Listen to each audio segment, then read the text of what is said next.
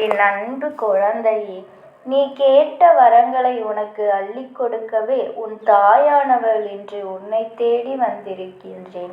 என் அன்பு குழந்தையே, வாழ்க்கையில் நீ யாரையும் ஏமாற்றித்தான் ஜெயிக்கக் கூடாது என்று நான் சொன்னேனே தவிர, உன்னை ஏமாற்றியவர்களை ஜெயிக்காமல் விட்டுவிடு என்று நான் சொல்லவில்லை. என் பிள்ளையே, நீ யாரால் ஏமாற்றப்பட்டாயோ, யார் உன்னை ஏமாற்றி உனக்கு துரோகம் செய்தார்களோ, அவர்களை ஜெயிக்காமல் அவர்கள் கண்முன்னால் நீ வாழ்ந்து காட்டாமல் இருக்கவே கூடாது.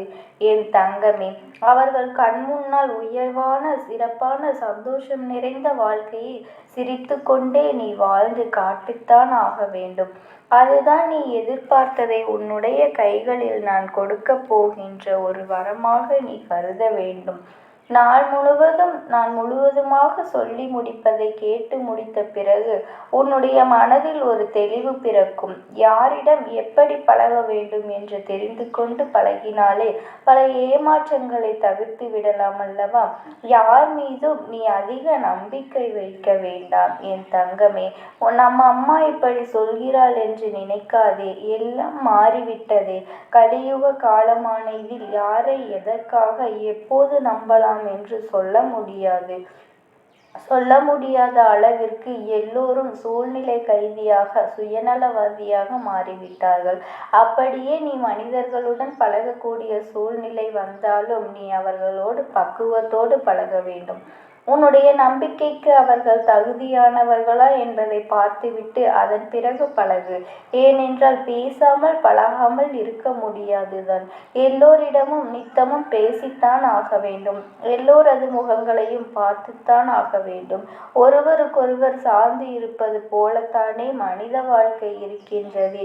அதனால்தான் சொல்கின்றேன், யாரிடம் பழகினாலும், யார் மீது நம்பிக்கை வைத்தாலும் அவர்கள் அந்த நம்பிக்கைக்கு உறுதியான என்பதை முழுவதுமாக அறிந்து கொண்டு நம்பிக்கை வைத்து நீ பழக வேண்டும் என் தங்கமே. நீ நம்பிக்கை வைத்தவராக இருந்தால் எல்லோர் இதயங்களையும் எளிதாக வெற்றி பெற்று விடலாம். நீ எதிரிகளையும் துரோகிகளையும் நினைத்து கவலைப்பட வேண்டாம். எல்லாம் நன்மைக்கே. எவரும் இல்லை எனில் உன்னுடைய பலம் என்னவென்று உனக்கு எப்படி தெரியும்? துரோகிகளை தூரமாக வைத்துக்கொள். எதிரியை எதிரே வைத்து கொண்டால்தான் நீ அவர்கள் கண்முன்னால் வாழ்ந்து காட்ட வேண்டும் என்ற வைராக்கியம் உனக்குள் நிச்சயம் வந்தே தீரும். உன்னுடைய வாழ்க்கை மிக சிறப்பானதாக வாழ்வாய். எதையும் பேசும் முன்பு கவனமாக மனதிற்குள் யோசித்து கொண்டே பேசுவதற்காக வருத்தப்படுவதால் பலனில்லை தானே. உன்னுடைய வாழ்க்கையில் நடக்கும் ஒவ்வொரு சம்பவங்களும் நித்தமும் ஏதாவது ஒரு பாடத்தை உனக்கு கற்றுக் கொடுத்து கொண்டுதான் இருக்கின்றது. ஆனால் அதை மறக்காமல் மனதிற்குள் பதிய வைத்துக் கொள்வதுதான் உன்னுடைய வேலை.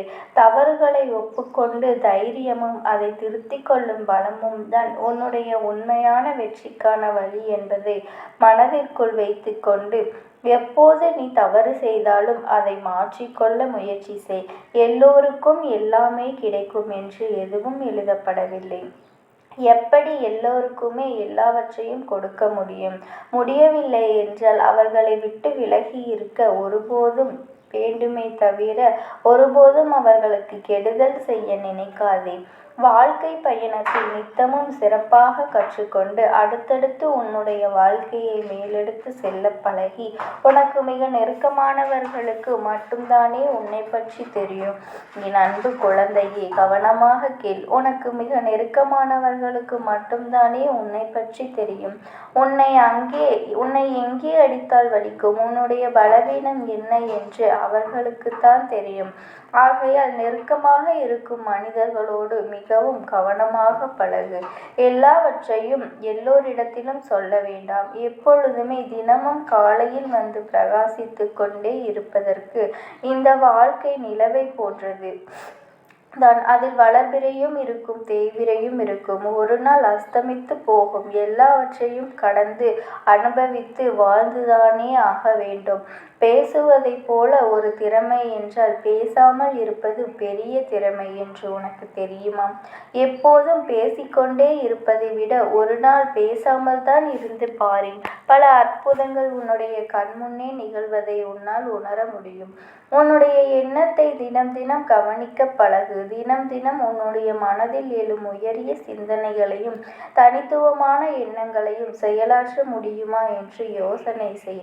உன்னுடைய எண்ணமும் உயரிய குணங்களும் தான் உன்னுடைய சொல்லையும் செயலையும் உருவாக்குகின்றது என்பதை உணர்ந்து கொண்டே அதற்கு ஏற்றாற் போல உயரிய விஷயங்களை நினைக்க பழகும்.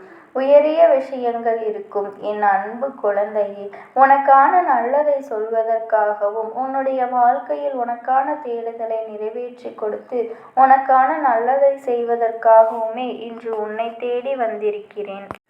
நீ தேடிய விஷயங்கள் அனைத்தும் உன்னுடைய வாழ்க்கையில் தானாகவே உன்னை தேடி வரப்போகின்றது. உன்னை சுற்றி இருக்கும் ஒரு உறவை உன்னிடம் இருந்து சூழ்ச்சி செய்து பிரித்து செல்ல நினைக்கும் அவர்கள் அதற்கு உண்டான தண்டனை மிகப்பெரிய அளவில் கிடைக்கப் போகின்றார்கள் என்று நான் கொடுக்கத்தான் போகின்றேன் என் தங்கமே. உன்னை கஷ்டப்படுத்தியவர்களுக்கு நான் நிச்சயம் தண்டனை கொடுக்கத்தான் போகின்றேன்.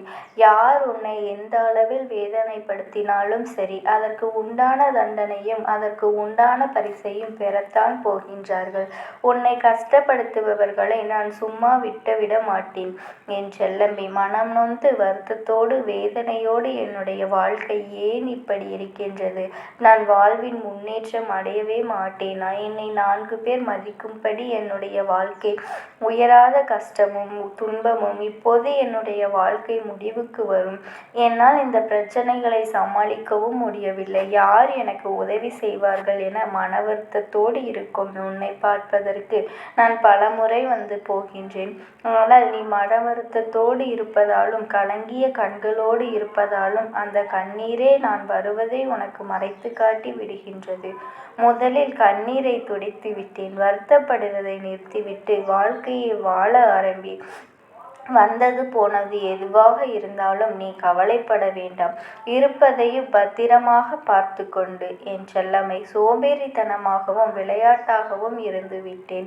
நான் உனக்கு கொடுக்கும் வாய்ப்புகளை தவறவிட்ட பிறகு அதன் பிறகு அழுது வருத்தப்படக்கூடாது. நான் உனக்கு கொடுத்ததை இருக்கும்போதே பத்திரமாக பயன்படுத்தி வாழ பழகு.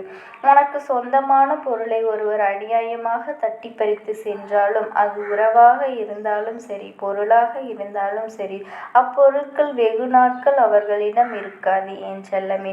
எப்படி வந்தது அப்படியே அவரை விட்டு விலகிவிடும். அதுபோலத்தான் உனக்கு வருத்தத்தை கொடுத்து மனவேதனைக்கு உள்ளாக்கி உன்னிடமிருந்து யார் ஒருவர் எதை எடுத்து சென்றாலும் அதுவும் அவரை விட்டு பிரிந்து போகத்தான் போகின்றது. நீ இழந்தது வேறு வடிவில் உன்னிடம் வந்து சேரத்தான் போகின்றது. ஏனென்றால் செய்ததற்கான நற்பலனாக கெட்டது செய்தவர்களுக்கு உண்டான தீமையை அவர்களுக்கு கொடுத்தே தீருவேன். உன்னை புரிந்து கொள்ளாத சில விஷயங்கள் தான் உன்னை விட்டு விலகுமே தவிர உன்னை புரிந்து கொண்டதும் உனக்கானதும் ஒருபோதும் உன்னை விட்டு விலகாது. அன்பை உணர்வதும் மற்றவர்களுக்கு உணர்த்துவதும் தானே வாழ்க்கை.